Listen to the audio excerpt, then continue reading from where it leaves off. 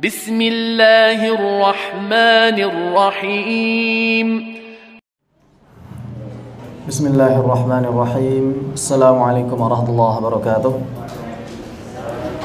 Innal hamdalillah nahmaduhu wa nasta'inuhu wa nastaghfiruh wa na'udzu billahi min shururi anfusina wa sayyiati a'malina may yahdihillahu fala mudilla lahu wa man yudlil fala hadiya lahu. Asyhadu an la ilaha illallah wahdahu la syarika lahu wa asyhadu anna Muhammadan 'abduhu wa rasuluhu alladzi la nabiyya wa la rasula ba'dahu. Allahumma anfa'na bima 'allamtana wa 'allimna ma yanfa'una wa zidna 'ilma. Allahumma nawwir qulubana bi nuri hidayatik kama nawwartal arda bi nuri syamsika abadan abada bi rahmatika ya arhamar rahimin. Allahumma arhamna bil Qur'ani waj'alil Qur'ana hujjatan lana wa la 'alaina. Allahumma faqihna fid din wa 'allimna ta'wil amin ya rabbal alamin. Ikhwani wal akhwat fid din arsyadakumullah. Alhamdulillah dalam kesempatan kali ini kita masih bisa melanjutkan kajian aqidah, fiqih dan juga tazkiyatun nafs yang tergabung dalam satu kitab Sulamut Taufiq. Semoga Allah Subhanahu wa taala senantiasa menjadikan kita termasuk ke dalam golongan orang-orang yang istiqamah di atas kebaikan dan juga senantiasa diberikan kesehatan, kemampuan untuk bisa berbuat kebajikan sehingga di akhirat kelak timbangan amal kebaikan kita dapat banyak dan juga dapat lebih berat daripada timbangan amal keburukan kita. Amin ya rabbal alamin. Salawat teriring salam semoga tetap tercurahkan pada Nabiullah wa Rasulullah Muhammad sallallahu alaihi wasallam, juga pada keluarganya, para sahabat, para tabi'in, atba' tabi'in, dan semoga juga sampai pada kita sekalian beserta seluruh kaum muslimin hingga akhir zaman kelak. Dan kita khususkan kepada penulis dari Sulamut Taufiq ila Mahabbatillahi ala tahqiq, yaitu Asy-Syaikh Al-Hasib Al-Alamah An-Nasib As-Sayyid Abdullah ibn Al-Husain Ibn Tahir Ba'alawi rahimahullahu ta'ala wa ridwanullahu alaih. Dalam pertemuan yang terakhir kita telah sampai pada kaidah umum yang berkaitan dengan sifat Allah Subhanahu wa ta'ala. Kemudian ditutup dengan paragraf ini bahwa Allah Subhanahu wa ta'ala mausufun, disifati. Mausufun itu artinya disifati bikulli, dengan seluruh kamalin, dengan seluruh kesempurnaan. Jadi sifatnya Allah Subhanahu wa ta'ala itu pokoknya segala sesuatu yang menurut kita atau menurut akal sempurna pun itu pasti ada pada Allah Subhanahu wa ta'ala. Dan terutama tentu saja menurut dalil. Dan munazzahun an kulli naqsin, dan wajib bagi kita membersihkan zat Allah, munazzah, mensucikan, an dari kulli, segala, naqsin, kekurangan. Jadi apa-apa yang menurut akal itu tidak layak bagi Allah maka jangan disematkan ya. Walaupun patokan akhirnya tetap dalil, namun ada yang bisa ditimbang oleh akal, ada yang bisa ditimbang oleh akal. Misalnya Allah Subhanahu wa ta'ala itu mampu melakukan apapun sesuai dengan kehendaknya. Masuk akal nggak kalau Allah itu seperti itu? Masuk akal. Yang namanya Allah itu maha sempurna. Allah itu maha melihat, masuk akal. Maka tidak mungkin kemudian kita memberikan sifat-sifat yang kurang kepada Allah Subhanahu wa ta'ala. Seperti apa? Misalnya Tuhan itu matanya buta. Tidak mungkin. Secara akal pun tidak masuk. Kalau buta gimana bisa melihat?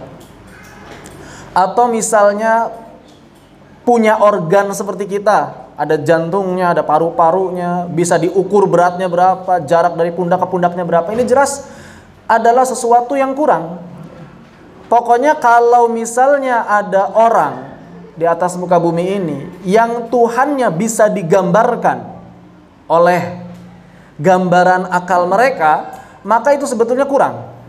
Terdapat kekurangan. Yang namanya Tuhan yang sempurna itu tidak boleh terlintas di kepala dan tidak bisa terlintas di kepala. Begitu. Makanya ya di antara kejahilan, kenapa kemudian orang-orang musyrikin Mekah itu disebut jahil? Bukan karena mereka enggak berilmu umum ya, mereka ahli perbintangan, mereka ahli syair, mereka ahli ngitung, mereka juga ahli perang. Kenapa disebut jahil? Karena tidak mengenal Tuhannya dengan benar.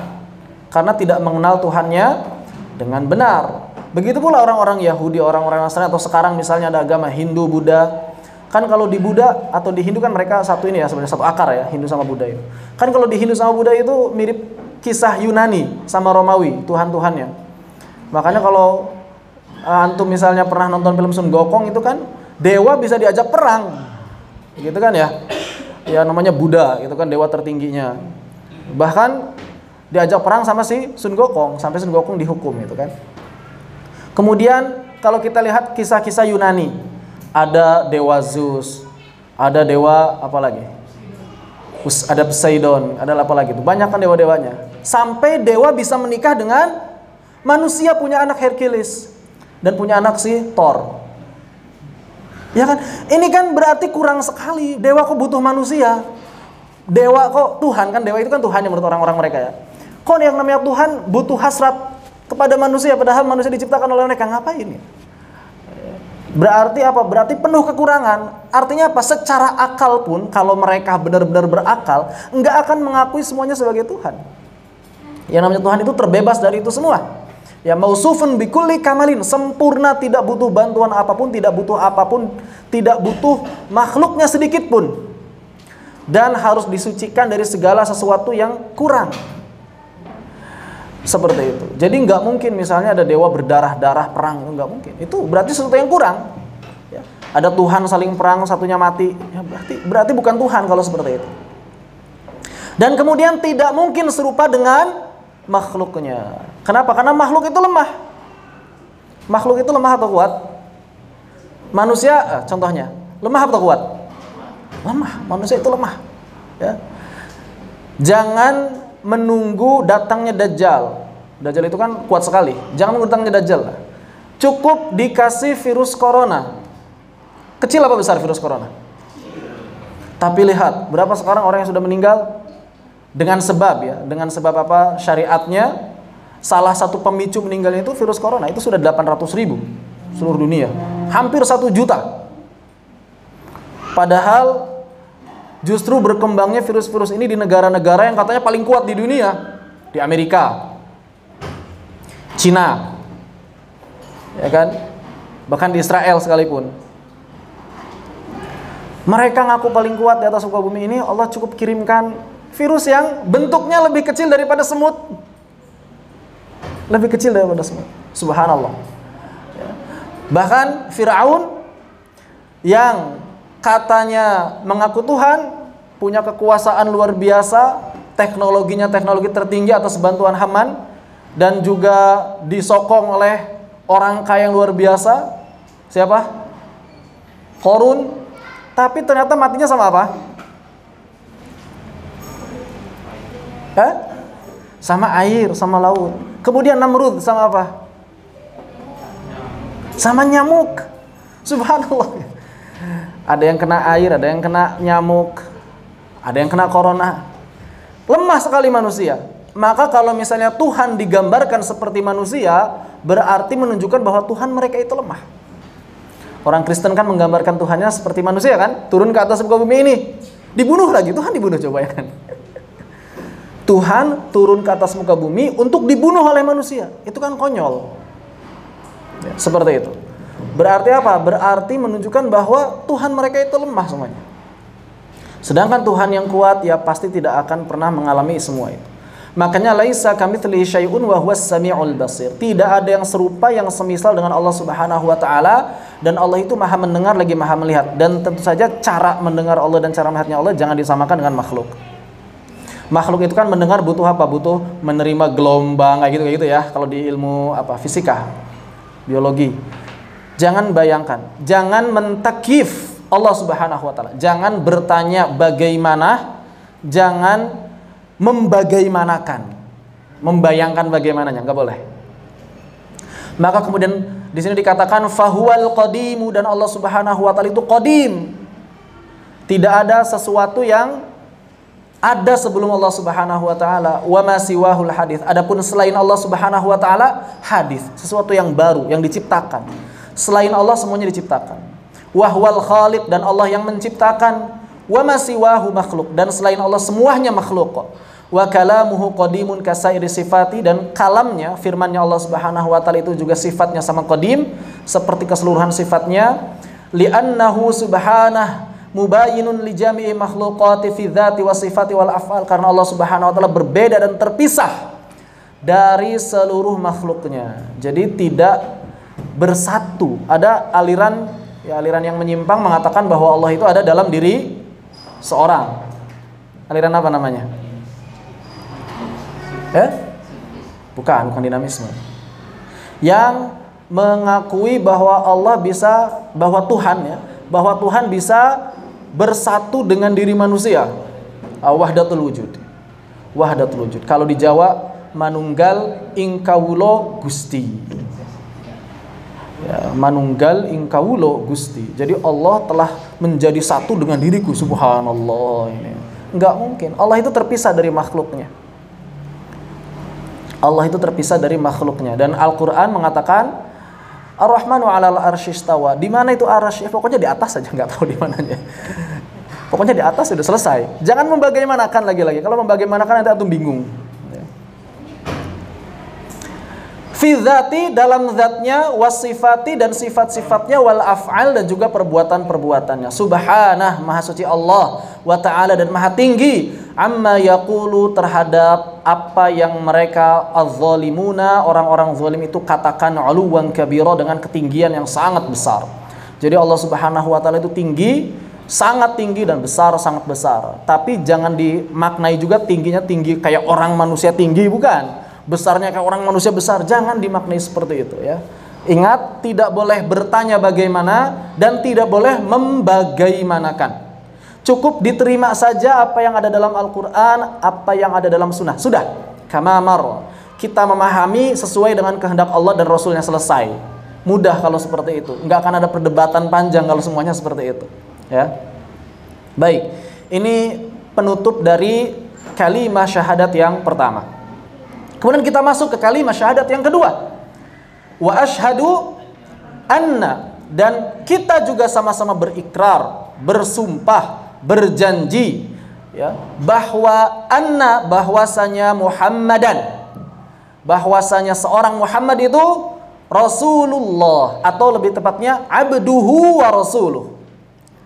Abduhu wa rasuluh. Jadi ketika kita mengatakan Muhammadun Rasulullah, maka di dalam lafaz Rasulullah itu abduhu wa rasuluh.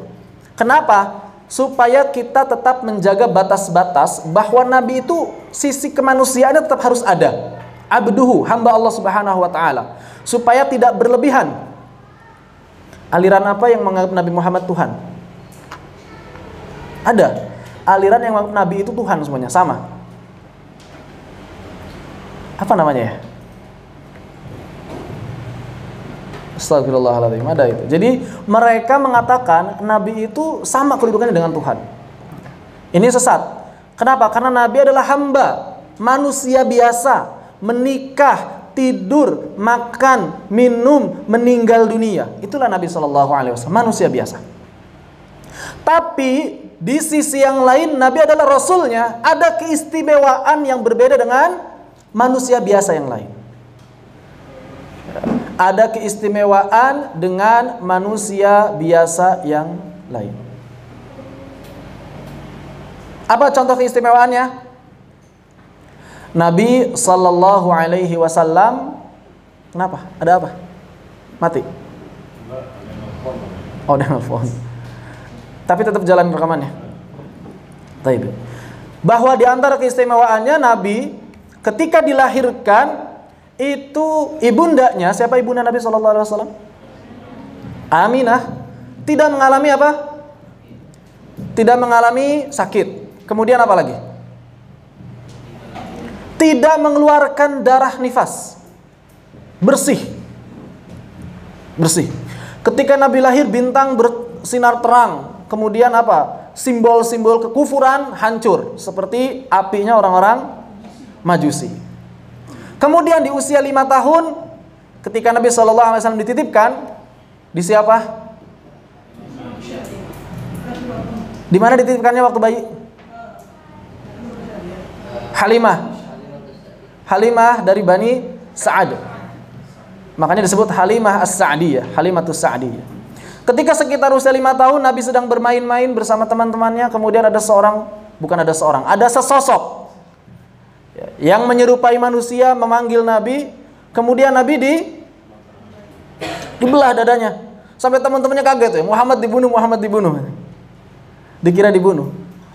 Pas kemudian mereka manggil Halimah, ketika mereka akan mendekati Nabi Muhammad masih kecil, ternyata Nabi Muhammad telah kembali dengan wajah yang sangat cerah dan keadaan yang sangat berbeda. Dan oleh karena itulah Halimah mengembalikan pada ibu. Khawatir kenapa-kenapa. Banyak keistimewaan. Tapi ketika perang, Nabi manusia biasa, giginya copot ketika kena pedang. Ya. Pelipisnya berdarah, di pipinya ada sabetan pedang. Manusia biasa. Manusia biasa. Malah lebih hebat orang zaman sekarang katanya. Orang zaman sekarang itu kan ada yang kebal gitu. Ada yang kena bacok. Nabi enggak, Nabi kena bacok. Giginya tanggal sampai helmnya itu sempat nancap di pipinya, gini. Kemudian terpotong helmnya dan ditarik oleh giginya. Siapa? Tolhah bin Ubaidillah. Sampai gigi Tolhah itu saking nggak kuat, itu saking nancapnya itu keras, sampai gigi Tolhahnya copot juga. Akhirnya Nabi begitu, manusia biasa. Itu sosok kemanusiaannya Nabi, manusia biasa, manusiawi sekali. Abduhu wa rasuluh, tapi Nabi itu utusannya. Keistimewaannya bisa apa? Bisa melihat malaikat Jibril alaihissalam. Pernah dibawa jalan-jalan ke Masjidil Aqsa, kemudian ke istilahnya Sidratul Muntaha, ujungnya alam raya. Nah, di sanalah perbatasan antara alam raya dengan arsy. Perbatasan antara alam raya dengan arsy. Tapi nggak sampai arsy, nggak bisa. Nanti kalau di akhirat baru bisa. Seperti itu. Makanya di sini yang penting itu meyakini bahwa Nabi SAW manusia dan Rasulnya, itu dulu yang penting. Kemudian apa? Anta'lama, engkau memahami, wa ta'taqida, dan meyakini, wa tusaddiqa, dan membenarkan, wa tu'mina, dan beriman, anna sayyidina wa nabiyyina Muhammad ibn Abdullah ibn Abdul Muttalib ibn Hashim ibn Abdi Manafi al-Qurasi sallallahu alaihi wa alihi wasallam wa rasuluhu ila jami'il khalqi. Abdullahi wa rasuluhu ila jami'il khalqi, ya. Penting. Jadi Abdullah dan Rasulnya ini harus selalu digandeng. Jangan dipisahkan. Kenapa? Karena kalau kita memisahkan dan menganggap Nabi itu hamba Allah biasa saja, nanti antum songong kayak orang-orang Yahudi. Orang-orang Yahudi bilang apa ya? Kamu itu manusia biasa lah, walaupun Nabi bedanya cuma dapat wahyu doang, apa sama kita gitu. Orang Yahudi kan begitu. Makanya songong sama nabinya orang-orang Yahudi. Kalau ada nabi fatwanya nggak sesuai dengan keinginan mereka, dikejar-kejar nabinya, dibunuh. Seperti wakila kisahnya Yahya dan Zakaria. Diapain? Dalam salah satu sirah, walaupun sirah ini diperdebatkan kesohihannya ya. Cuma dalam satu sirah, dalam satu sejarah, dalam satu riwayat, wallahu ta'ala alam kebenarannya, bahwa Nabi Zakaria itu berfatwa dengan fatwa yang nggak sesuai dengan keinginan orang-orang Yahudi. Akhirnya apa? Dikejar-kejar sampai diapain? Wafatnya dalam satu kisah. Digergaji. Ya, digergaji. Anda bayangkan digergaji. Nabi loh digergaji sama umatnya. Orang Yahudi songong. Kenapa? Karena mereka menganggap Nabi itu ya abduhu, udah hambanya Allah biasa saja. Begitu. Makanya ketika ayahnya Maryam siapa? Imran. Saudaranya Imran siapa? Zakaria kan? Nabi Zakaria sama Imran ini kan enggak punya anak lama, istri-istrinya itu ya. Terutama Imran. Imran itu kan nabi menurut salah satu riwayat. Atau setidaknya kiainya lah, ulama, sahabat atau saudaranya Zakaria. Coba antum bayangkan ya. Orang-orang yang ada yang tinggal di kuil, apa istilahnya? Sinagog. Sinagog orang-orang Yahudi ketika melihat Imran yang menurut nubuat dari rahim istrinya Imran ini lahir Mesia. Lahir Mesia. Ketika nggak lahir-lahir mereka bilang apa? Tuh istrinya Imran katanya. Istrinya Imran itu mandul. Istrinya Nabi diomongin kayak gitu. Di sinagognya lagi, ya. Antum bayangkan bagaimana orang-orang Yahudi itu songong. Makanya mereka digambarkan sebagai orang-orang yang maghdubi alaihim, orang-orang yang dilaknat oleh Allah Subhanahu wa taala. Kenapa? Karena mereka paham tapi tidak mau mengamalkan. Ada golongan yang kedua yang hanya melihat dari sisi keistimewaan dan spesialnya saja, yakni menganggap bahwa Nabi adalah sesuatu yang luar biasa, dan ini diantaranya golongan orang-orang yang menyembah para nabi, menyembah para sahabat dan lain sebagainya. Baik, saya terjemahkan secara lengkap. Anta alama, bahwa engkau mengetahui, memahami, wa ta'taqida, dan engkau berkeyakinan, wa tusaddiqa, dan membenarkan, wa tu'mina, dan engkau juga beriman, anna, bahwasanya sayyidina, tuan kita, wa nabiyina, dan nabi kita, Muhammad bin siapa? Abdullah bin Abdul, yang ditasydid to, bukan lamnya. Sebagian buku terjemahan menulis lamnya yang double, Muttalib. Ini keliru. Abdul Muttalib. Nama aslinya siapa? Siapa nama asli Abdul Muttalib? Itu bukan nama asli Abdul Muttalib. Muttalib itu saudaranya Hashim. Muttalib itu saudaranya. Kok tiba-tiba disebut Abdul Muttalib, hambanya si Muttalib gitu ya? Kalau terjemahkan hambanya Muttalib. Kenapa disebut hambanya Muttalib? Ada yang tahu?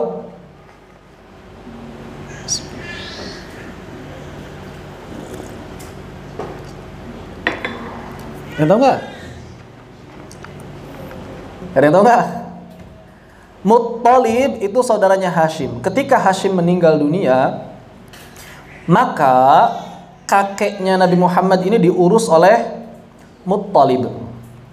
Kakeknya Nabi Muhammad itu diurus oleh Muttalib. Kemana-mana selalu ikut. Orang-orang mengira dia adalah hamba sahayanya Muttalib. Makanya orang-orang nyebutnya Abdul Muttalib, hamba sahayanya Muttalib. Padahal namanya bukan Abdul Muttalib. Itu sebutan orang-orang yang mengira bahwa dia adalah hambanya Al-Muttalib. Nama aslinya PR ya. Syaibah. Kenapa dinamai Syaibah? Karena ketika lahir ada sebagian rambutnya yang terlihat seperti uban gitu ya. Makanya dinamai Syaibah. Wallahu taala alam. Begitu. Kalau di Libya kalau orang tua disebut ada Syaiban. Ada Syaiban ya. Walaupun enggak beruban, Ustaz. Bin Hashim. Bin Hashim makanya disebut Al-Hashimi. Bin Abdi Manaf. Bin Abdi Manaf. Bin siapa? Di atasnya Abdi Manaf. Qusay. Ini Qusay ini salah seorang pahlawannya Mekah, pahlawan Arab. Orang yang sangat terpandang Qusay ini, ahli panah. Ahli panah Qusay itu. Al-Qurashi, dari suku Quraisy sallallahu alaihi wasallam. Perhatikan, Abdullah wa rasuluh. Harus meyakini, membenarkan bahwa Nabi itu hambanya Allah dan juga Rasulnya. Ini penting, menggabungkan kedua hamba dan Rasul itu penting. Jangan salah satunya saja, supaya enggak berlebihan dan supaya enggak songong sama Nabi. Jadi dari sisi syariat, apa yang dikatakan dan difatwakan Nabi itu semuanya bagian dari syariat hukum. Apa yang difatwakan Nabi seluruhnya adalah hukum. Tapi sisi kemanusiawiannya masih ada dan tidak berubah, bahwa Nabi itu makan, Nabi itu minum, Nabi itu terluka, Nabi itu menikah, Nabi itu punya anak. Itu sisi manusiawinya. Sehingga kita proporsional. Oh, Nabi itu manusia biasa tapi punya kelebihan daripada kita semua. Dan Nabi adalah Rasulnya. Rasul kalau kita terjemahkan artinya utusannya Allah Subhanahu wa ta'ala untuk menyampaikan pesan, untuk menyampaikan risalah, untuk menyampaikan wahyu. Kepada siapa Nabi Muhammad sallallahu alaihi wasallam ditugaskan untuk berdakwah? Kepada siapa? Seluruh manusia atau manusia dan jin, atau manusia dan jin dan hewan, atau manusia dan jin dan hewan dan tumbuhan, atau manusia dan jin dan hewan dan tumbuhan dan babatuan? Hah? Apa? Diutusnya buat siapa? Ila jami'il khalqi. Yang diutus kepada seluruh makhluk. Laut makhluk bukan? Diutus juga berarti kepada laut. Batu makhluk bukan? Diutus juga berarti kepada batu. Pohon makhluk bukan? Maka diutus pula kepada pohon. Tapi kan mereka makhluk yang dalam tanda kutip mati gitu ya. Yang namanya mereka nggak mungkin bermaksiat. Ada nggak batu bermaksiat? Ada batu yang jahil ya. Ada kisah batu jahil, tahu? Batu di zamannya siapa? Nabi Musa. Ngapain? Lari bawa kabur bajunya Nabi Musa. Itu namanya batu yang jahil. Ternyata bisa hidup kalau Allah menghendaki hidup. Dan ternyata pohon pun tidak benar-benar mati. Kenapa? Karena ada satu tiang yang dibuat dari pohon kurma. Kemudian ketika ada renovasi masjid, tiangnya mau diganti, ternyata tiangnya menangis. Coba antum bayangin, lagi beres-beres masjid ada tiang yang nangis. Kira-kira nih, tukangnya bakal ngapain? Wah, apa ini? Di zaman Nabi yang gak biasa aja ditanya, kenapa nangis? Saya sedih gak bisa membersamai Nabi lagi. Begitu. Jadi di zaman Nabi itu hal-hal yang seperti itu biasa. Makanya ketika sahabat melihat jin gak kabur, ditanya, jin atau manusia? Jin, tampar. Apain sih? Jin atau manusia? Jin, sabet pedang. So, kalau gak kabur saya pedang. Kalau sekarang gimana? Diajak ngobrol itu kalau kesurupan kan, kalau nampakan yang aslinya boro-boro mau ngobrol kan, mau baca surat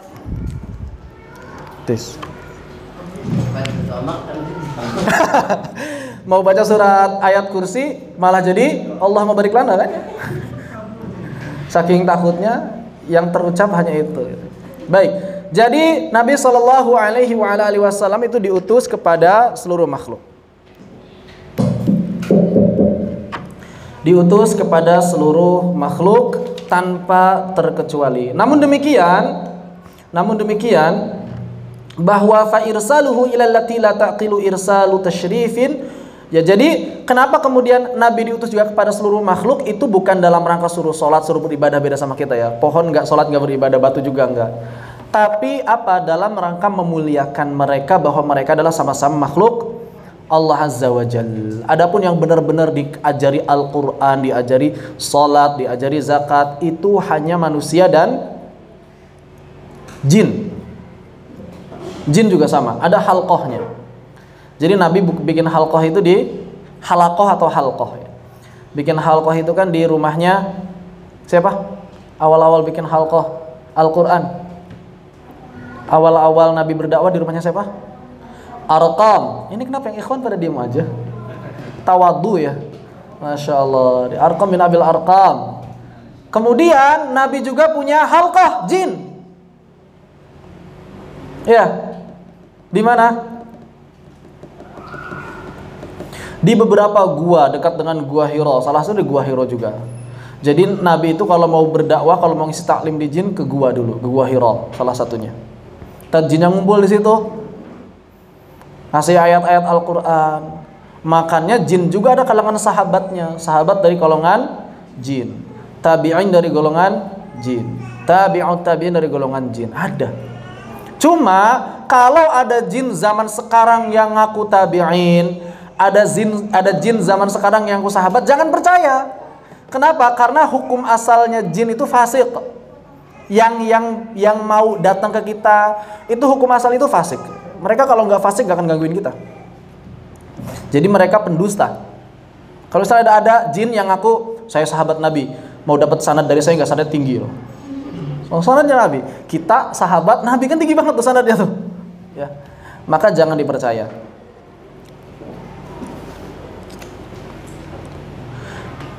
Dan di antara keistimewaan Nabi yang lain ini menurut sebagian ulama, misalnya disampaikan oleh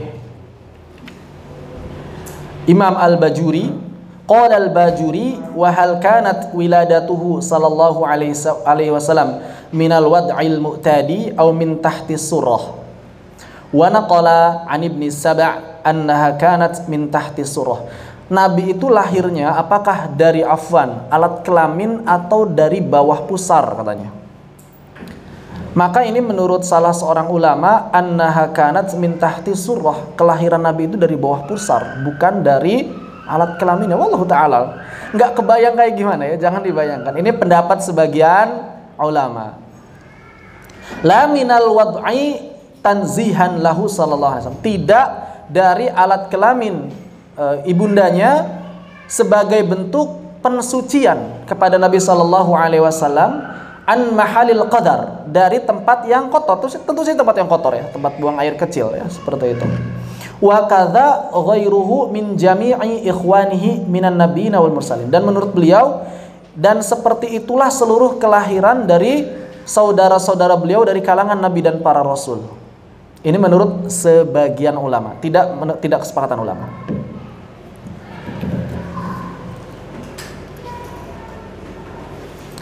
Baik. Kemudian kita tadi masih berbicara tentang Nabi Sallallahu Alaihi Wasallam, bahwa beliau Sallallahu Alaihi Wasallam ini singkat saja ya. Kalau ingin dapat sirahnya kan sudah ada kelas sirah tersendiri ya. Bahwa Nabi Sallallahu Alaihi Wasallam kita juga tapi harus mengenal setidaknya ya lahirnya di mana. Wulida bi Makkah, lahir di Makkah. Wa bu'itsa biha, dan juga diutus untuk orang-orang Mekah. Bu'itsa diutus biha terhadap orang-orang Mekah. Wa hajara ilal Madinah, dan kemudian berhijrah menuju Al-Madinah. Nama aslinya Madinah sebelum jadi Madinatul Munawwarah siapa? Yathrib.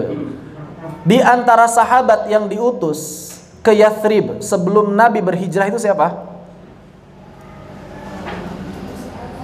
Mus'ab bin Umair, betul, Mus'ab bin Umair. Yang pertama, yang salah satu orang yang pertama diutus supaya apa? Supaya orang-orang Madinah nerima dakwah dulu.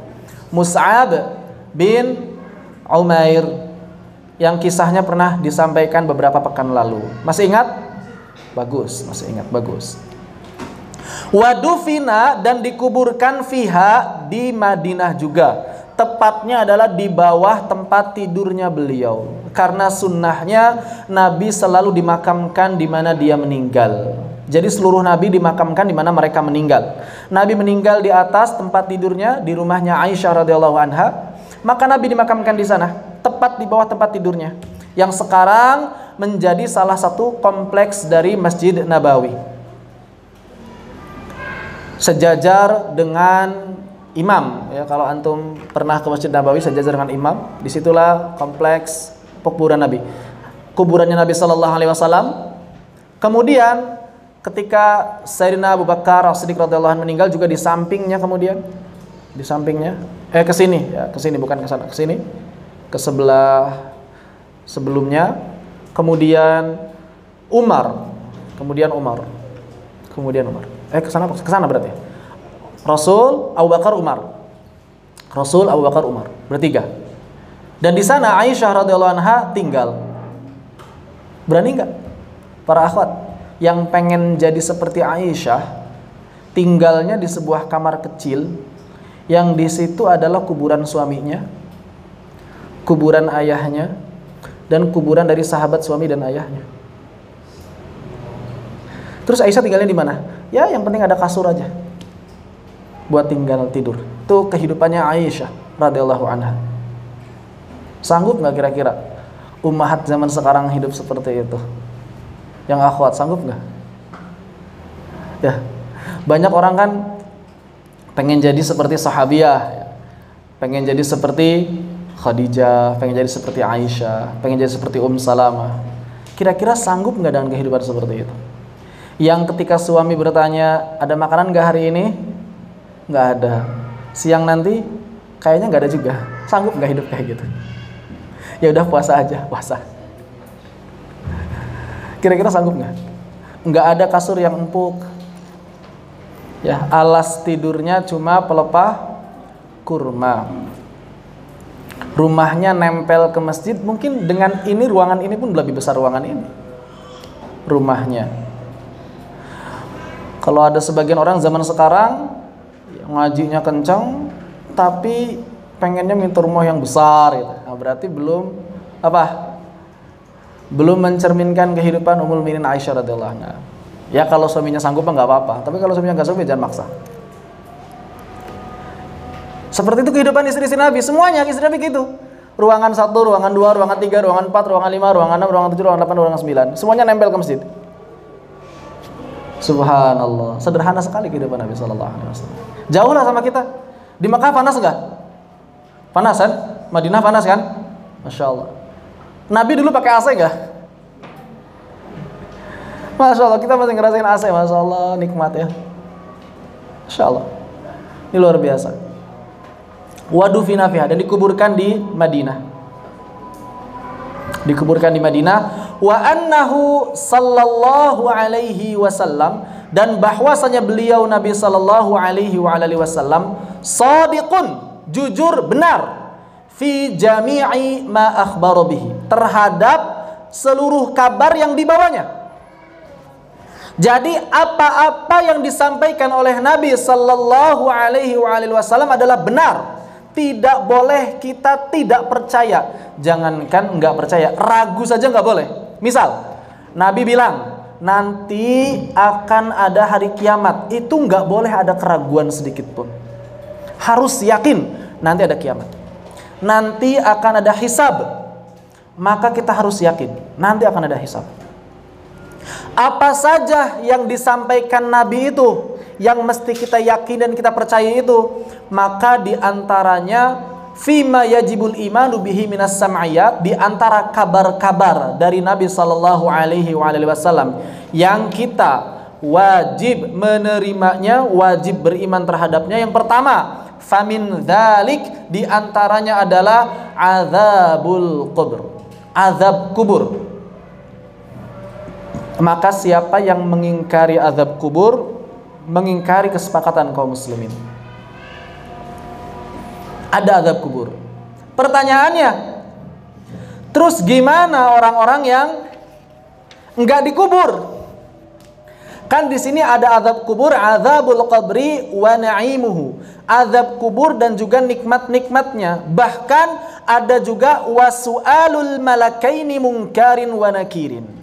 Dan juga ada pertanyaan yang akan diberikan oleh dua malaikat yang bernama Munkar dan Nakir. Ini semuanya di alam kubur, atau istilah lainnya alam barzakh, alam perbatasan antara dunia dengan akhirat.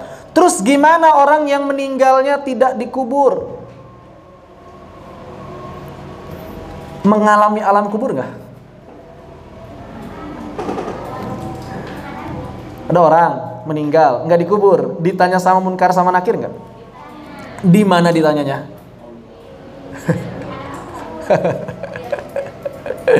Di mana? Jadi sebetulnya yang dimaksud alam kubur itu bukan sekadar bermakna kuburan. Jadi maksudnya alam kubur adalah alam barzakh. Barzakh itu apa? Barzakh itu perbatasan. Perbatasan antara alam dunia dengan alam akhirat. Semua orang kafir, semua orang beriman yang durhaka, maka pasti mendapatkan siksa kubur. Sebagaimana orang-orang beriman yang baik, orang-orang beriman yang soleh akan mendapatkan nikmat kubur. Ya, mereka akan ditanya dengan beberapa pertanyaan yang sudah masyhur. Ada 3 pertanyaan yang Allah Subhanahu wa Ta'ala udah ngasih pertanyaannya apa, kunci jawabannya apa. Kebangetan kalau antum nggak bisa jawab. Allah udah ngasih pertanyaannya apa, ngasih bocoran pertanyaannya, bahkan plus kunci jawabannya. Tapi masih ada aja yang salah ya. Pertama apa? Man rabbuka? Udah tahu jawabannya? Allah. Kemudian madinuka? Islam. Man nabiyuka? Rasulullah Muhammad sallallahu alaihi wasallam. Yang jadi masalah nanti yang jawab itu bukan mulut kita. Yang jawab itu amalan. Siap-siap. Amalan kita kira-kira bisa jawab apa enggak? Ya, harus siap-siap dari sekarang. Harus bersiap-siap dari sekarang. Di alam kubur sendirian atau banyakan?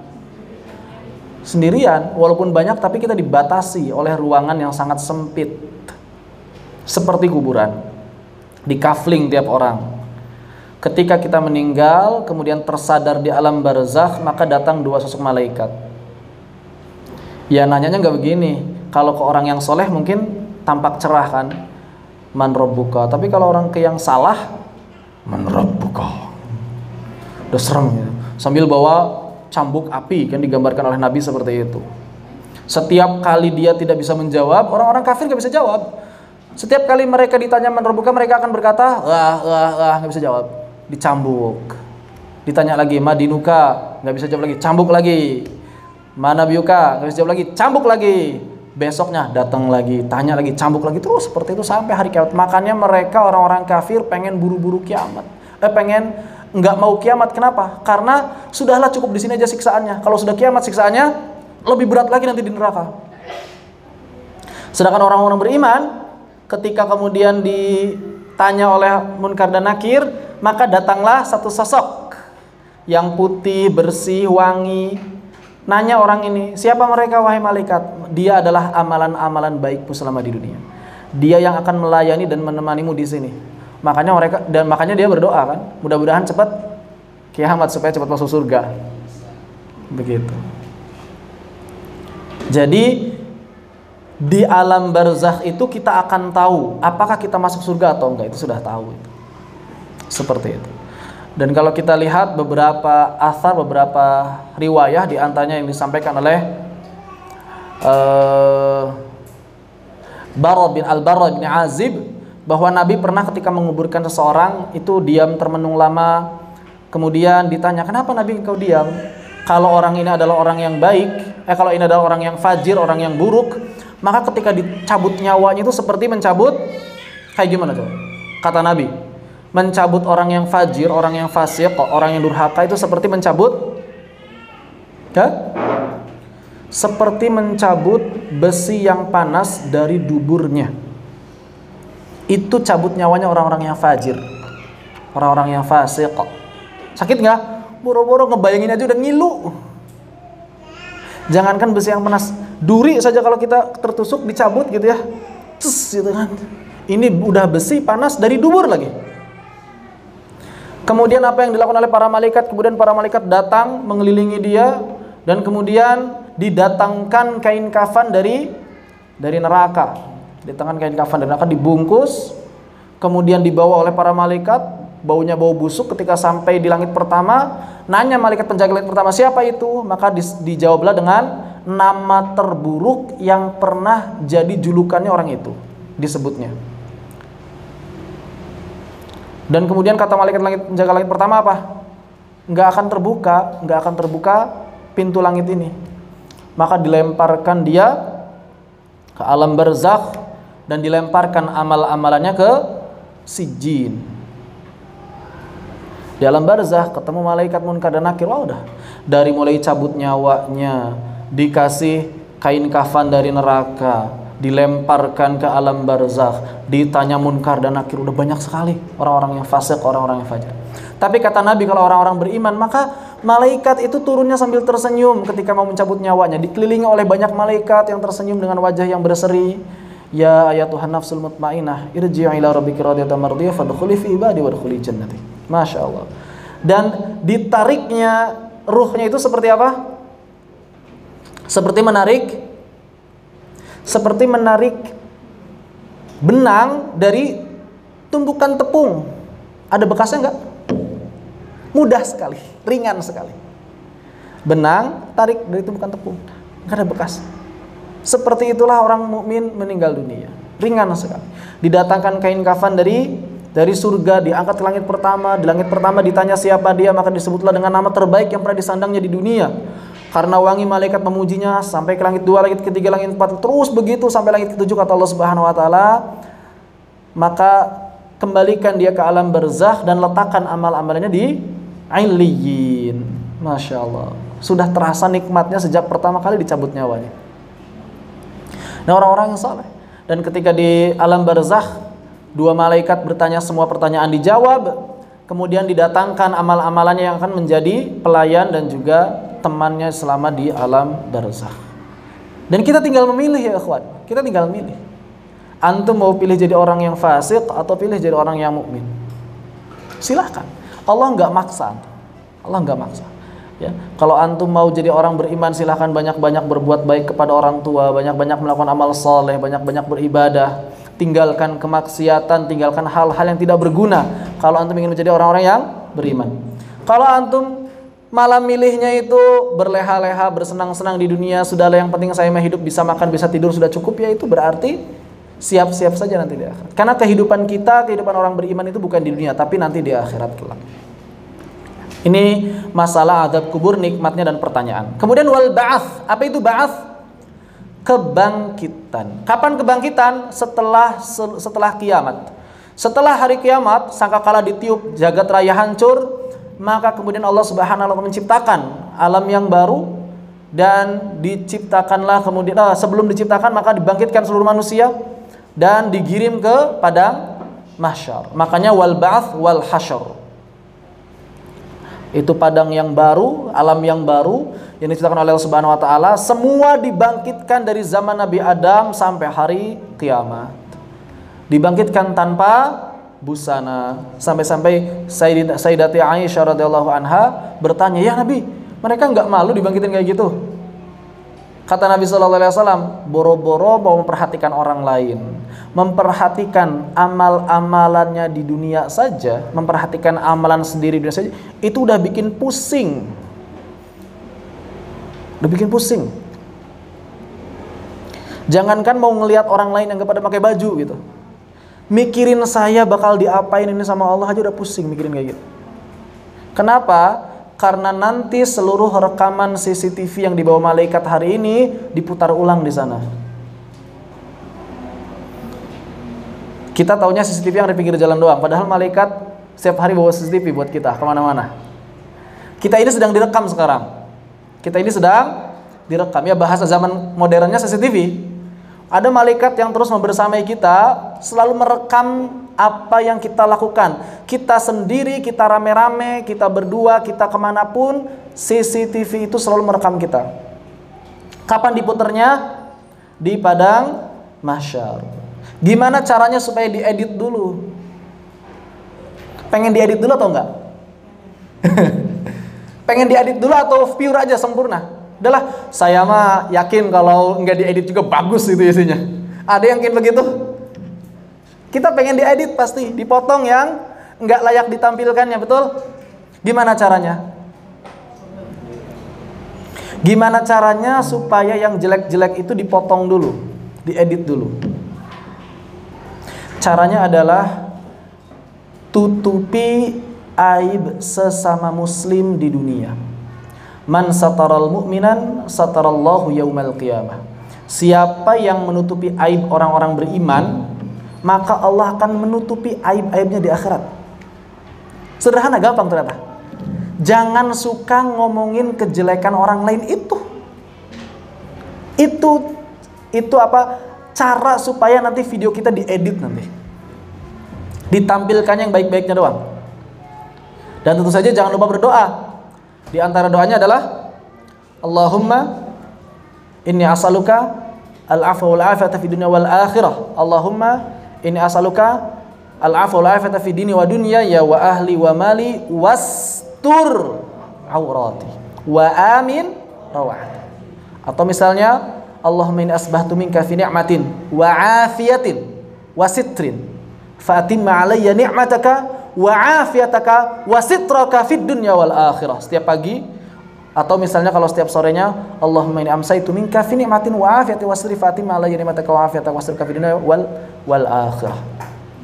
Itu doa supaya kita dilindungi oleh Allah. Kejelekan-kejelekan kita langsung di-cut oleh Allah Subhanahu wa taala. Kemaksiatan sebesar apapun, kalau kita bertaubat, kita sungguh-sungguh minta kepada Allah jangan ditampilkan di akhirat, diedit semuanya. Masya Allah. Insya Allah bisa kalau kita mau. Wal qiyamah, dan juga kiamat. Urutannya sebetulnya kalau yang dari ba'ats, hasyar sama kiamah, harusnya kiamah, ba'ats, hasyar. Ini secara urutan kejadian ya, urutan waktunya. Kiamah semua dihancurkan, ba'ats semua dibangkitkan, hasyar semua dikumpulkan, dan orang yang pertama kali dikasih baju itu siapa? Ketika hasyar,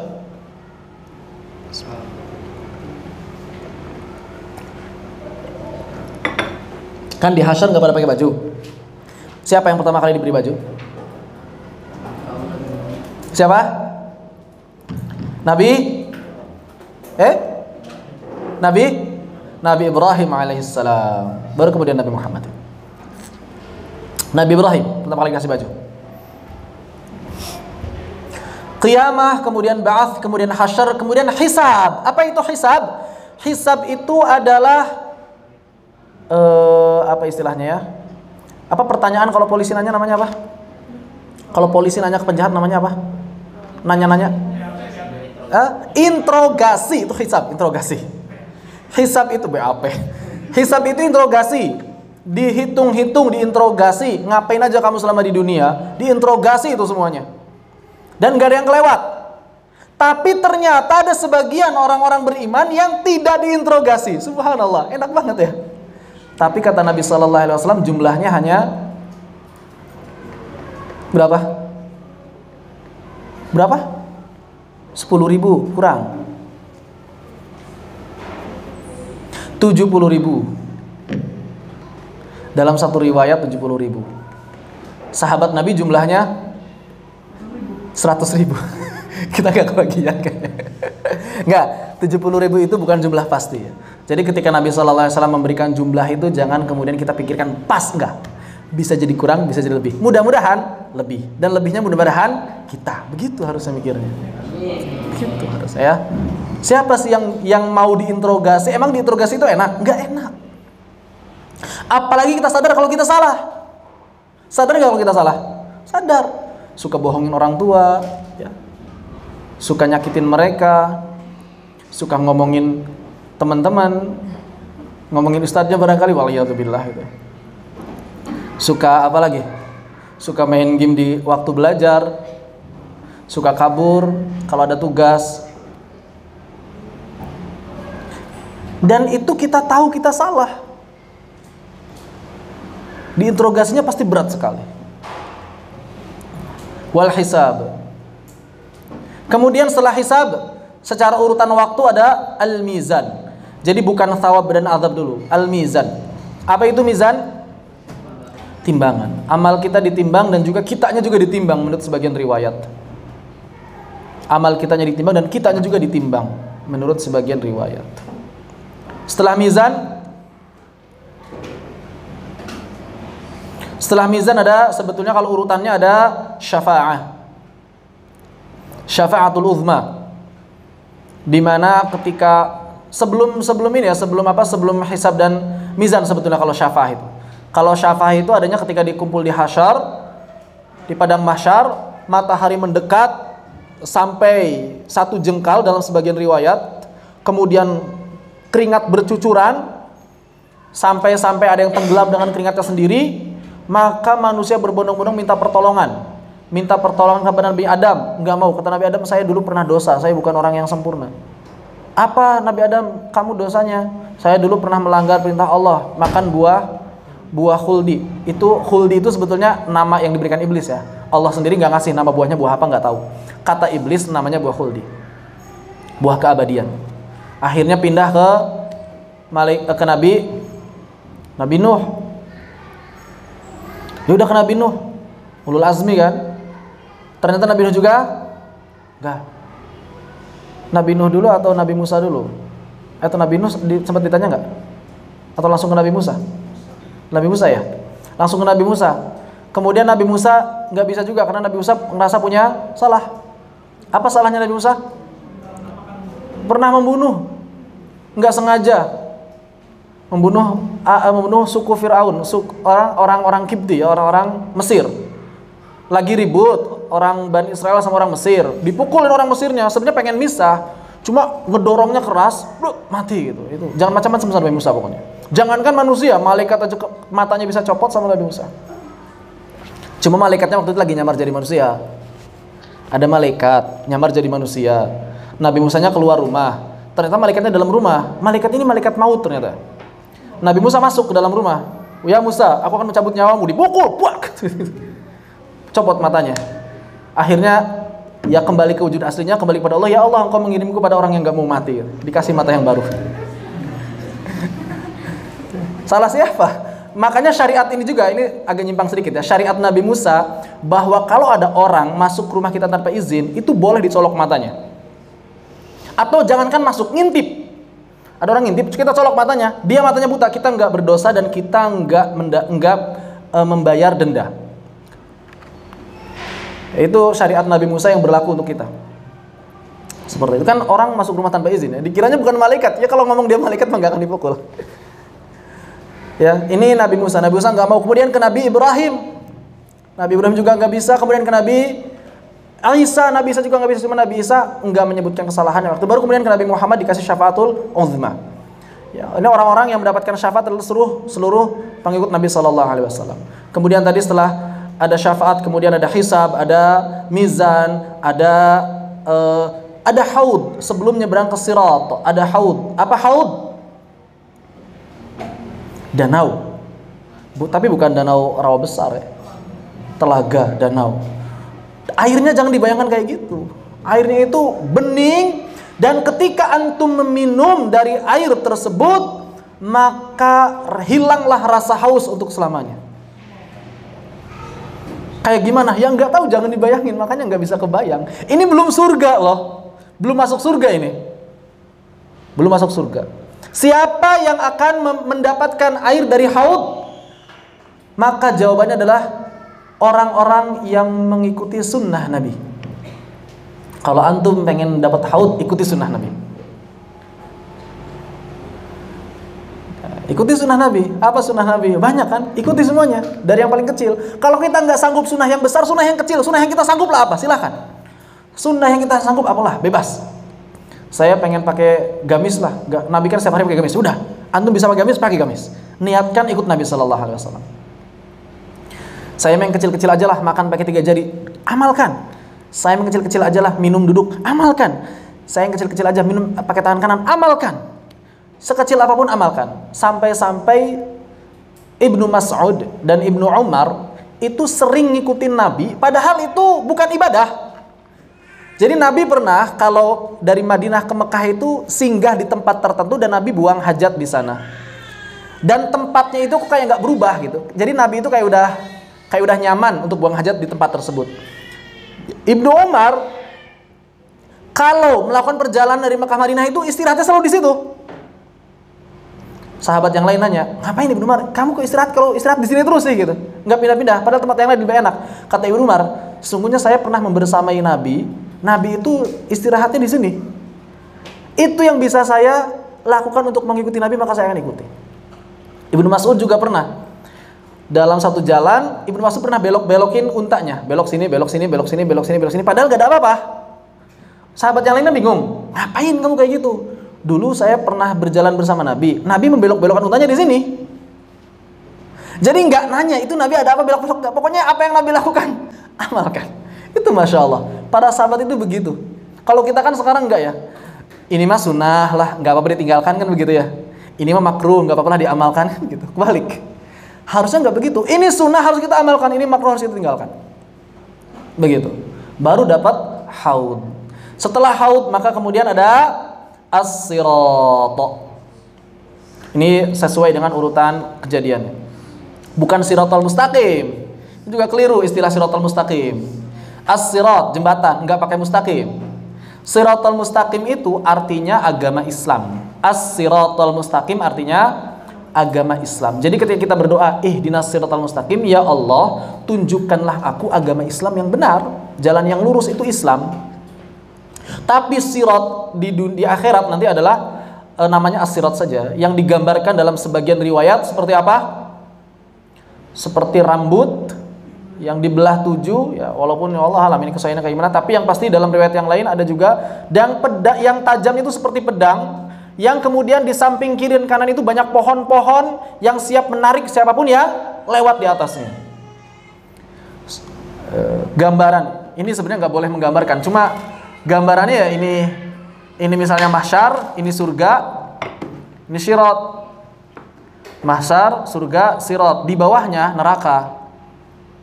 Gambarannya begitu, tapi jangan dia bayangin ya, nggak kebayang.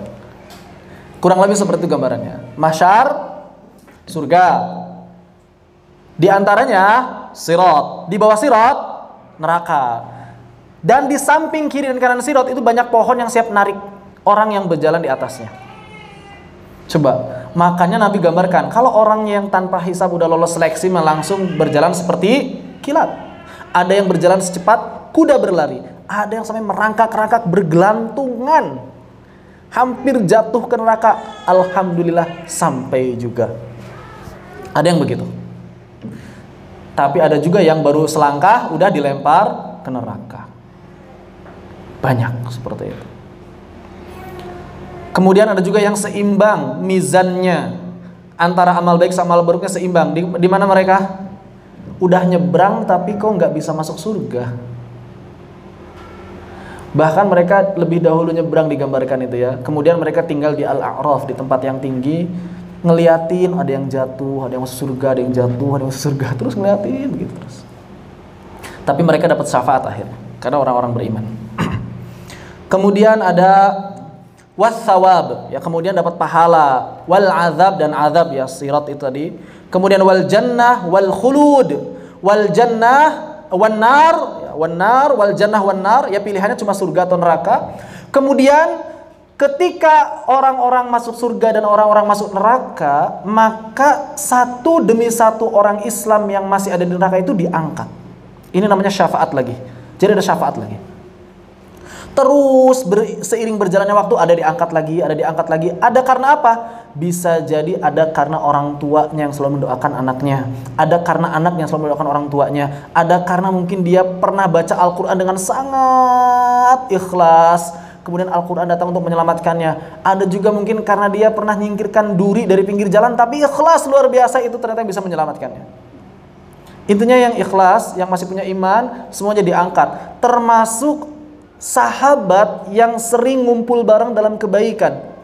Jadi di surga itu nanti ditanya, antum punya teman gak selama di dunia yang ngaji bareng, halqah bareng, hafalan bareng, kemana-mana bareng buat kebaikan? Ada. Di surga ada gak sekarang? Kayaknya nggak ada dia. Coba dilihat di neraka ada nggak? Oh ada. Maka silahkan dia ambil. Masya Allah. Makanya ada Hasan Al-Basri kalau nggak salah ya, atau Ibnul Jauzi pernah berkata pada para sahabatnya, wahai sahabatku, kalau engkau tidak menemukan diriku di surga, maka lihatlah neraka, dan ketika engkau melihatku di neraka, maka tolonglah untuk minta kepada Allah supaya membawaku ke surga. Subhanallah. Itu minta kepada sahabatnya, minta syafaat di dunia. Ya, seperti syafaat itu banyak, Sampai ya yang seperti yang pernah diceritakan juga, ada orang yang udah paling terakhir masuk surga, yang lain udah pada masuk surga semua, dia belum, tapi dia mukmin. Dialah kemudian diangkat, ya, kemudian dimandikan dan tumbuh seperti tumbuhan yang baru tumbuh. Ya, dia kemudian, itu surga ya Allah, surga. Pengen lihat dong, lihat dibuka. Wah, subhanallah. Terdiam selama sekian puluh atau bahkan dalam sebuah hadis sekian ratus tahun, terbengong-bengong saking indahnya. Ya Allah, boleh nggak di pintunya aja lah, nggak masuk juga, deketin. Akhirnya pengen masuk gitu, sampai Allah Subhanahu Wa Taala tersenyum waktu itu dalam riwayatnya, dan memberikan arduhas samawati wal ard, memberikan tanah lahan seluas langit dan bumi. Masya Allah. Kita nggak mau jadi orang yang terakhir masuk surga tentu saja ya, pengennya secepat kilat. Tapi kabar gembiranya, semua orang yang beriman itu pasti masuk surga. Cuma memang ada yang masuk neraka dulu, ada yang langsung masuk surga. Seperti itu. Kemudian setelah itu apa? Ketika orang terakhir sudah masuk surga, maka ada khulud. Khulud itu artinya keabadian. Gimana caranya supaya abadi? Dipanggil si kematian. Al-maut itu dipanggil dalam rupa seekor kambing. Wahai maut, sini. Ya Allah, saya maut, saya adalah kematian. Kematian akan disembelih. Kematian akan disembelih. Wahai orang-orang yang di neraka, kalian akan selamanya di neraka. Wahai orang-orang yang di surga, kalian akan selamanya di surga. Disembelih yang namanya kematian, mati. Kematian mati, artinya apa? Tidak ada lagi yang namanya kematian. Selamanya di neraka dan selamanya di surga. Dan yang menarik adalah ketika orang-orang mukmin telah berkumpul semuanya di surga, bahkan dalam sebagian riwayat sebelumnya pun ada hadiah yang diberikan oleh Allah Subhanahu wa taala yang lebih indah daripada surga itu sendiri. Apa itu? Ar-ru'yah. Melihat Allah Subhanahu wa taala. Bukan hilal. Ru'yatullah, melihat Allah Subhanahu wa taala. Dan ternyata melihat Allah ini lebih indah daripada melihat surga. Jangan dibayangin lagi. Kayak gimana sih? Allah taala alam. Kita rindu sama Allah kan? Kita rindu melihat wajahnya bersama Nabi di samping kita, bersama para sahabat di samping kita. Masya Allah. Semua penghuni surga menatap, ya, seperti kata Nabi, seperti menatap bulan purnama. Jelas. Jelas. Allah bisa dilihat, bisa. Tapi kalau dunia mah jangan sekali-kali minta dilihat Allah, minta melihat Allah. Orang-orang Yahudi ada yang pengen melihat Allah, tapi hancur mereka, nggak sanggup ya.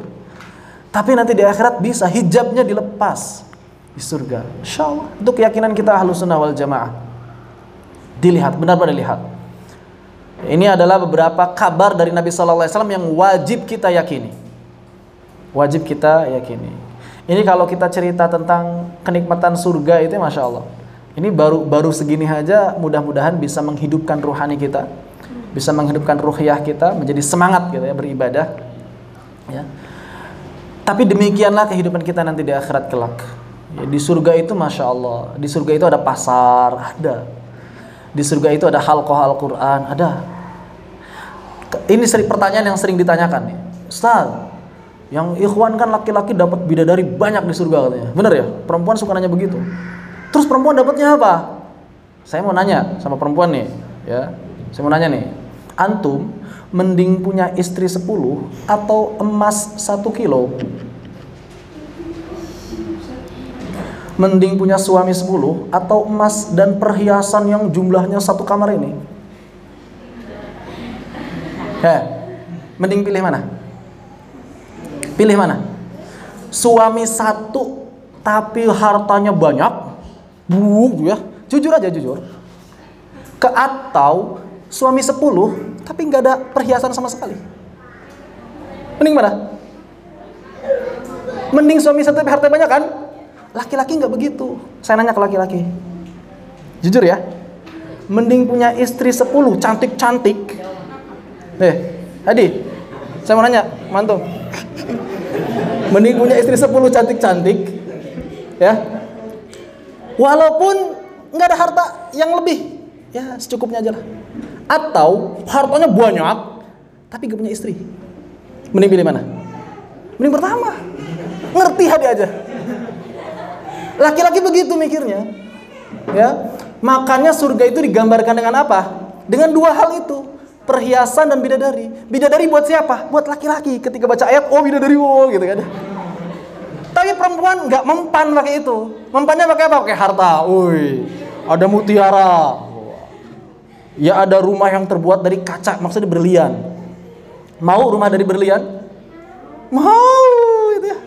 Bodoh amat suami sama bidadari, terserah lo gitu. Gigi sana main sama bidadari, suami saya. Yang penting saya bisa tidur di atas permadani yang empuk yang indah, sekitarnya ada perhiasan, mutiara, kalung mutiara, gelang yang luar biasa. Itu udah cukup buat para istri. Makanya jangan minta bidadara gitu ya. Ada sebagian ustadz yang pengen menyeimbangkan, nanti perempuannya dapat bidadara. Ngapain? Perempuan itu nggak butuh itu. Ya. Tapi nanti ada pelayan. Pelayan itu siapa? Seluruh anak-anak kecil, ya, terutama kila menurut sebagian riwayat itu orang-orang anak-anaknya orang-orang musyrik, anak-anaknya orang kafir yang meninggal sebelum baligh. Mereka di antara mereka ada yang jadi pelayan-pelayan di surga. Ya, wildan ya. Kemudian juga ada memang yang disiapkan oleh Allah Subhanahu wa taala, ya. Anak-anak kecil itu kemudian juga bidadari, dan yang namanya para istri manusia dan juga bangsa jin di surga itu jadi ratunya para bidadari.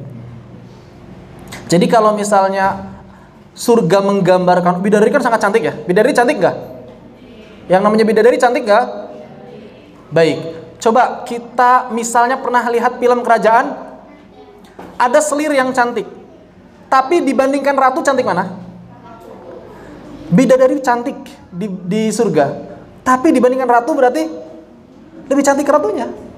Jadi kecantikan yang digambarkan oleh Al-Quran untuk bidadari itu hanya sebagai pelayan. Bidadari itu pelayan, tapi ratunya itu ya antum semuanya ini ratunya. Soalnya makanya kan digambarkan ada bidadari yang cemburu kepada orang wanita-wanita yang solehah, yaitu karena nanti mereka akan menjadi pelayannya antuna sekalian. Seperti itu ya. Nah, itu kenikmatan di surga. Dan kemudian di surga juga ada apa? Ada sungai. Sungai apa? Yang pertama sungai Ma'in, sungai air yang segar, tidak asin, tidak sepet rasanya, segar. Kemudian ada sungai susu, ada sungai madu, bahkan ada sungai arak. Arak, minum-minuman keras dilarang di dunia, tapi di akhirat boleh buat kita. Makanya siapa yang bisa menahan kenikmatan itu di dunia, nanti di akhirat dapat. Tenang. Subhanallah. Kurang apa lagi coba? Masya Allah. Kalau ngebayangin kayak gitu kayaknya pengen cepet-cepet ya. Coba saya tanya, pada pengen cepet-cepet masuk surga? Hah? Pengen nggak? Ya udah saya nanya gini deh. Pada pengen masuk surga nggak? Masya Allah. Ada yang siap masuk surga sekarang? Loh, kok pada ketawa? Kenapa takut? Makanya buat orang beriman kematian itu indah. Kenapa? Karena hanya memindahkan dari kehidupan yang bikin kita pusing, capek. Kalau dipikir-pikir lebih dalam kan kehidupan ini capek, pusing, penat, panas, keringat. Mendingan mati. Tapi ternyata kita nggak boleh berdoa minta mati. Masalahnya itu. Kita wajib menjalani kehidupan dengan baik supaya mendapatkan kebaikan di akhirat.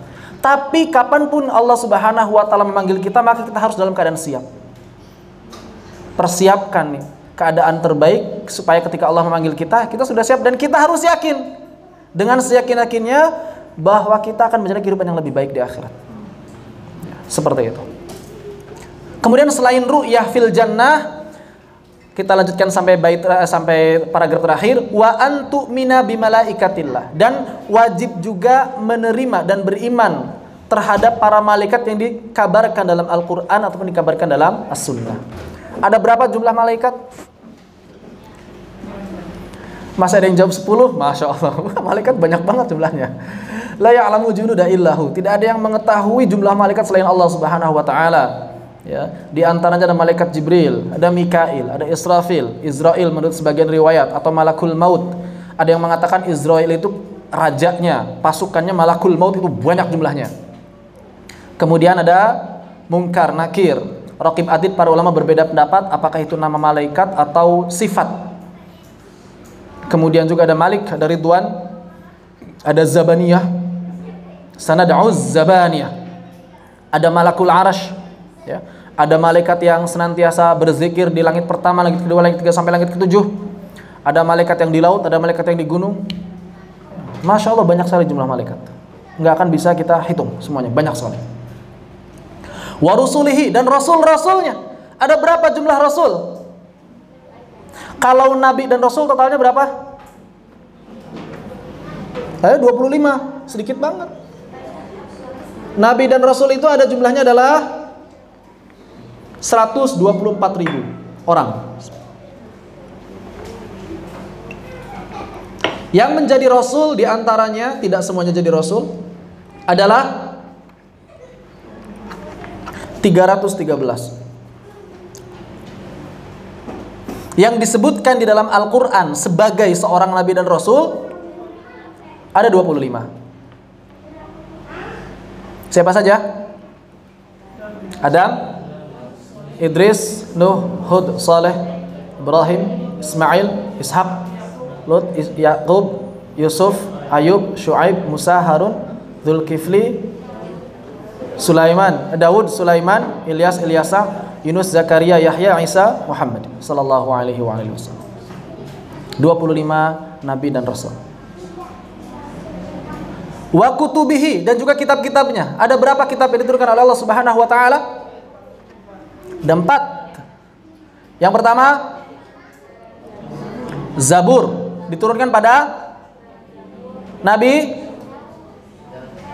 Dawud, atau dalam bahasa orang-orang Yahudinya Mazmur.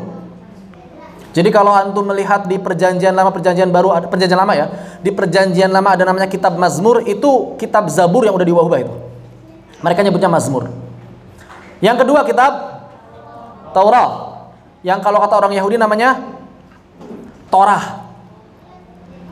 Torah atau perjanjian lama, istilahnya perjanjian lama. Perjanjian lama itu istinya Mazmur, Torah isinya, perjanjian lama. Kemudian ada yang ketiga Injil atau perjanjian baru. Ya, beda-beda. Mereka punya banyak versi. Kalau kita meren versi qiraat gitu ya. Kalau mereka ada versi Filipus, ada versi Yohanes, ada versi Markus, ada versi Paulus, yang nggak ngerti lah saya.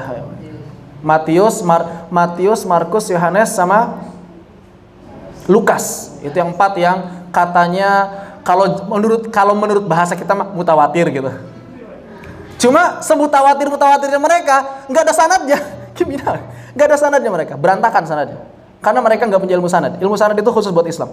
Makanya tidak bisa diteliti mana perkataan Nabi Isa, mana firman Allah itu nyampur. Jadi ada hadis palsu, hadis doif, hadis hasan, hadis sahih, Al-Quran, semuanya itu nyampur di satu kitab. Makanya berantakan isinya. Itu perjanjian lama sama perjanjian baru. Kemudian yang terakhir atau menurut sebagian orang perjanjian terakhir adalah Al-Quran. Diturunkan pada Nabi kita Muhammad sallallahu alaihi wa alihi wasallam. Berapa surat? 114 surat. Berapa ayat?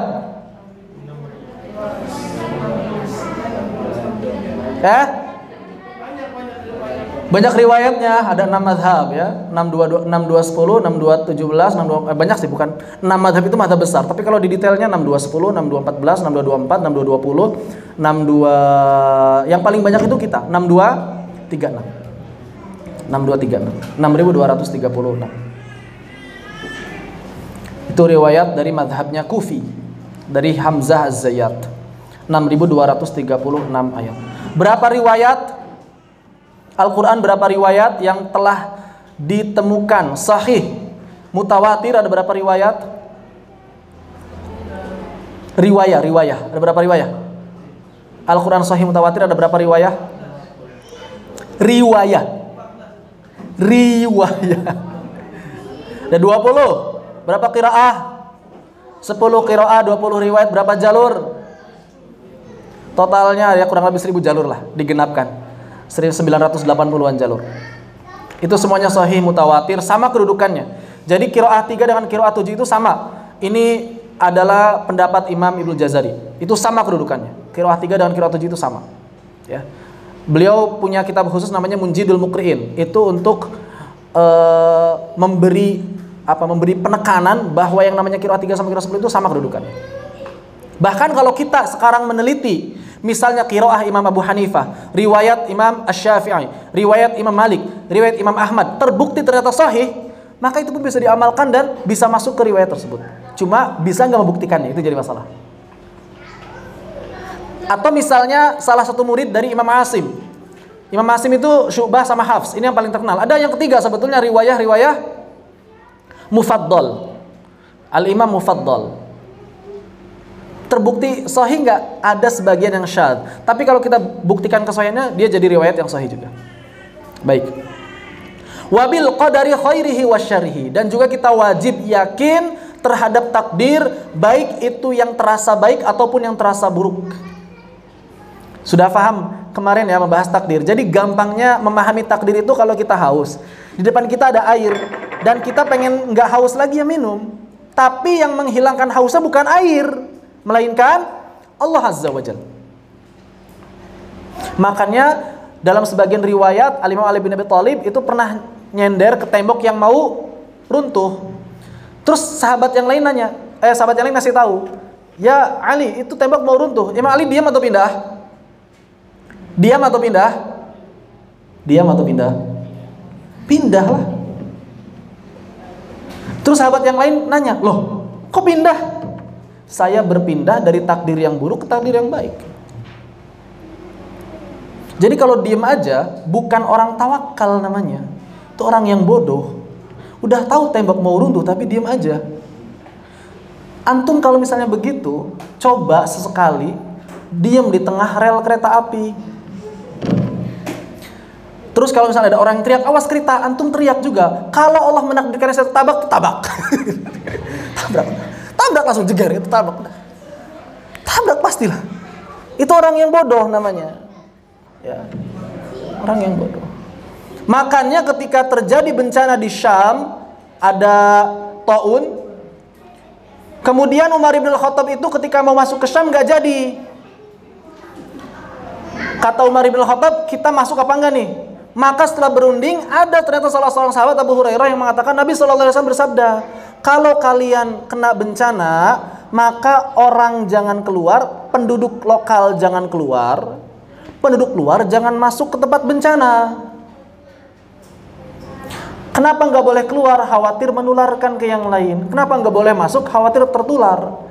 Kan sebagian di antara kita ada yang bilang begini ya, tertular nggak tertular mah urusan Allah. Nggak begitu. Ya, yang namanya takdir itu memang Allah yang menentukan, tapi di sisi yang lain Allah juga telah membuat jalan-jalannya yang harus kita pilih. Begitu. Jadi kalau kita nggak mau sakit, ya rajin, kemudian olahraga, jaga kesehatan, patuhi protokol kesehatan misalnya kalau dalam masa seperti ini. Jangan nantangin. Itu orang-orang yang bodoh. Begitu. Kan banyak ya orang yang begitu kan sekarang, Allah virus, saya aja nggak apa-apa. Makanya ada yang menjadi viral itu orang Amerika, tahu nggak? Yang waktu awal-awal virus muncul itu dia nantangin. Waktu awal tes. Jadi di waktu awal virus muncul dia nantangin sampai di Facebooknya itu banyak riwayat-riwayatnya dia itu nantangin virus. Ternyata mati dia. Mati sekarangnya mati. RIP. Terus waktu dia rawat di rumah sakit baru dia mulai curhat banyak gitu ya. Tapi waktu awal-awal virus dia malah ngapain? Malah jalan-jalan ke pantai gitu, nantangin. Mati tapi akhirnya dia. Dan itu nggak 1-2 orang yang gitu, banyak. Banyak seperti itu. Jadi tidak demikian memahami takdir. Kalau misalnya demikian memahami takdir, udah nggak perlu makan, nggak perlu minum, kan nggak perlu tidur ya. Kenapa nggak makan? Kalau Allah menakdirkan saya kenyang, ya kenyang. Gak begitu. Kalau Allah menakdirkan saya nggak haus, ya nggak perlu. Bukan begitu. Takdir itu Allah yang menentukan, tapi Allah telah memberikan jalan-jalannya. Sebab akibat, hubungan sebab akibat itu telah diciptakan oleh Allah. Yang namanya api diberikan kemampuan oleh Allah untuk membakar. Ya kan? Itu hukum sebab akibat. Jangan kemudian kita bilang, ya kalau saya ditakdirkan terbakar ya terbakar, kalau enggak. Terus kita ada api lewat aja biasa gitu. Enggak begitu kan? Atau misalnya rumah kebakaran. Ngapain diam aja di situ? Ya kalau saya ditakdirkan kebakar, kalau enggak gitu. Bukan seperti itu. Kenapa? Karena Allah sudah menciptakan hubungan sebab akibat antara api dengan terbakar. Seperti itu, ya. Jadi memahami takdir itu tidak demikian. Yang pasti begini, ketika telah selesai, ketika telah terjadi, maka wajib ridho. Ketika sudah terjadi maka wajib ridho. Kemudian bagian terakhir, wa annahu sallallahu alaihi wasallam khatamun nabiyyin wa sayyidu walidi adami ajma'in. Dan kita wajib meyakini bahwa Nabi sallallahu alaihi wasallam adalah nabi terakhir, tidak ada nabi setelahnya. Maka seluruh orang yang mengaku menjadi nabi setelah Nabi sallallahu alaihi wasallam semuanya dajjal, pendusta. Kan kata Nabi ada dajjal kecil sebelum muncul dajjal besar. Semuanya dajjal, ini yang aku nabi ini semuanya. Dajjalun, dajjal kecil. Jadi tidak ada yang namanya nabi setelah Nabi Muhammad SAW. Tidak ada yang menerima wahyu. Ada juga nanti di akhir zaman Nabi Isa diturunkan. Ini riwayatnya sahih. Diturunkan di Syam, di Menara Putih, di Masjid Al-Umawi. Turunkan di Syam, digambarkan rambutnya itu agak basah gitu ya. Kemudian air tampak seperti mutiara di rambutnya, diturunkan diiringi oleh 2 malaikat, itu sehingga kelihatan malaikatnya, diturunkan di Menara Putih. Kemudian pada saat itu menjelang waktu sholat, dan ketika setelah azan dan iqamah, kemudian Nabi Isa disuruh maju menjadi imam, tapi ternyata Nabi Isa nggak mau. Yang disuruh majunya siapa? Al-Imam Al-Mahdi. Al-Imam Al-Mahdi. Itu nanti menjelang kiamat. Baru setelah Nabi Isa muncul Dajjal yang besar. Dajjal yang besar yang ditombak oleh Nabi Isa, atau dalam sebagian riwayat dipanah di pintu Lod, perbatasan Yordania situ. Jadi nanti akhir zaman di sana kehidupan kita. Wallahu taala a'lam. Baik. Demikian beberapa riwayat atau kabar dari Nabi sallallahu alaihi wasallam yang mesti kita yakini karena semuanya riwayat-riwayat yang sahih dan disepakati oleh para ulama. Ada yang tanyakan sampai di sini? Dipersilakan apabila ada yang tanyakan. Baik, kalau tidak ditanyakan kita akhiri sampai di sini. Fanaktafi bihadza. Subhanakallahumma bihamdika asyhadu an la ilaha illa anta astaghfiruka wa atubu ilaik. Assalamualaikum warahmatullahi wabarakatuh. Rabbi zidni minka ilma wa anilni minka fahma. Rabbi zidni minka ilma wa anilni minka fahma. Qum ila al-ilmi halumma wabtaghi al-majda muhimma.